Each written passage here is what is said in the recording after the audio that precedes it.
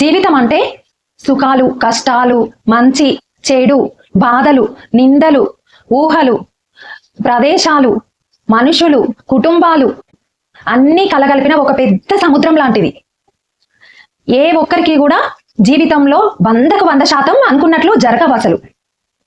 అవి ఏ దశలో అయినా కావచ్చు. చిన్నప్పుడు కొందరికి తల్లిదండ్రులతో ఇబ్బందులు ఉంటాయి, పెరుగుతూ ఉంటే చదువుతో, వాళ్ళు చిన్న వయసులో నుండి కొంతమందికి కొన్ని గోల్స్ ఉంటాయి, అవి అనుకున్నట్టు జరగవు. ఇంకా పెద్దగా అయినాక ప్రేమలో విఫలం అవ్వడం, లేదంటే పెళ్లి విషయంలో మనం అనుకున్నట్టు పార్ట్నర్స్ రాకపోవడం, అలాగే పెళ్ళైనాక కుటుంబ జీవితం మంచిగా ఉండకపోవడం, అలాగే పిల్లలు పుట్టినాక పిల్లల గురించి మనం ఎన్నో ఊహించుకుంటే ఏమి జరగకపోవడం, ఇవన్నీ ఇంకా వృద్ధాప్యంలో అంటే అమ్మమ్మలు, నానమ్మలు, తాతలు అయినప్పుడు కూడా మనం ఏదో ఒక రకంగా మనం అనుకున్నట్టు జరగకుండా మనకు సమస్యలు ఎదురవుతూనే ఉంటాయి. ఇన్ని జరిగినా కూడా చాలా మంది చాలా ఆనందంగా ఉన్న జీవితాన్ని సంతృప్తిగా జీవితం కొనసాగిస్తూ వాళ్ళ కుటుంబాన్ని కొనసాగిస్తూ వాళ్ళ ఫ్యూచర్ లో వచ్చే జనరేషన్ కి అంటే వాళ్ళకు పుట్టిన పిల్లలకి ఒక ఆదర్శంగా జీవిస్తూ మంచిగా ఈ ప్రపంచంలో మొండిగా దూసుకుపోతారు. కానీ కొంతమంది మాకే ఇలా జరుగుతుంది ఏంది, అసలు ఎవరికి సమస్యలు లేనట్లు, ఇంకా అనుకున్నవి జరగట్లేదని మొండిగా నాకు ఇలా జరగడం ఏంటని ఉన్న జీవితాన్ని యాక్సెప్ట్ చేయకుండా సంతృప్తిగా లేకుండా రోగాలతో వాటి గురించి పిచ్చిగా ఆలోచించుకుంటూ పెద్ద రోగాలను తెచ్చుకుంటారు.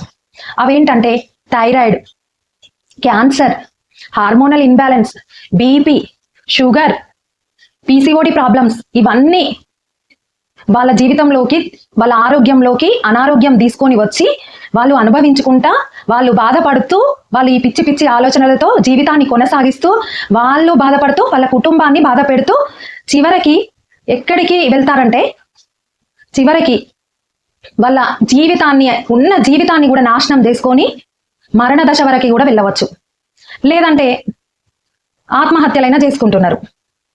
ఇది కాదు కదా జీవితం. దయచేసి ఇప్పటికైనా ఇలాంటి జీవితాన్ని ఇలాంటి ఆలోచనలతో ఎవ్వరూ గడుపుతున్నా వాళ్ళ డిప్రెషన్ నుండి బయటికి రావాలి, వాళ్ళ కుటుంబంతో వాళ్ళు మంచిగా హ్యాపీగా జీవించాలి.